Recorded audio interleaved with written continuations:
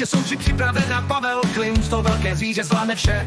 Předseda Rejter, bez něho by fotbal neexistoval, jeho vedení a vášeň nás neustále posilují.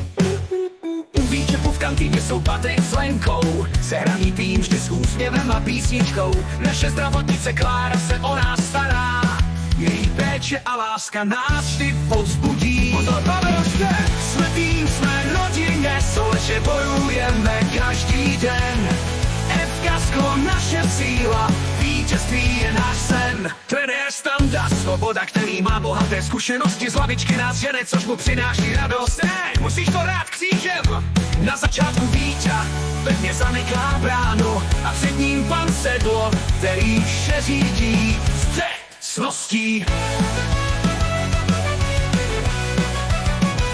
Stoper, jak se patří, 90 minut je velí vpřed a všichni nevěřícně sledují jeho sebevražedný úprk, kam běží.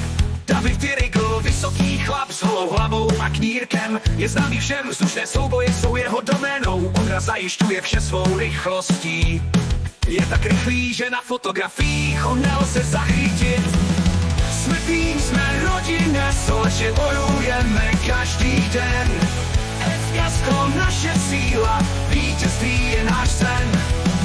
Záložní řada je naší oporou, Ondra a Radim, pro ně je fitko jako herna. Svalaté paže dresy napínají, Radim ve středu pole, jeho myšlenky jsou výtečné. Kámo, viděli jste to? Vláďa Hora, neúnavný pracant, večernou práci udělá, před ním Mára, akční jako torpédo, vyrazí dopředu, nezbývá síla na návrat.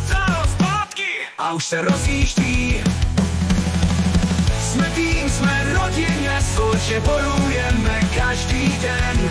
FKsko, naše síla, vítězství je náš sen. Dávejte pozor na Zoltána, i když nikdo neví, kdo to je. Na hřišti je často a je spolehlivý jako skála. Kecá Matěj Molnár, nyní známý jako Zoltán. Mladíci Richard, Matěj a David jsou naší budoucností. Český Express 3krát po sobě, to soupeř vidět nechce. Nemluj, samotná zkušenost střela ze 40 metrů. Bože, jeho góly jsou ale jisté, je to střelec. Gól!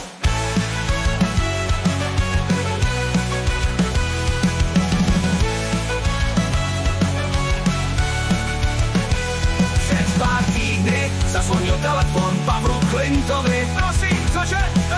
Safima se přidal k našim řadám, je to naše nová síla. Není to žádný rychlý, to víme, ale nečekanou přihrávkou dokáže soupeře překvapit, to je jeho umění. Jsme tým, jsme rodina, společně bojujeme každý den. FKsko, naše síla, vítězství je náš sen.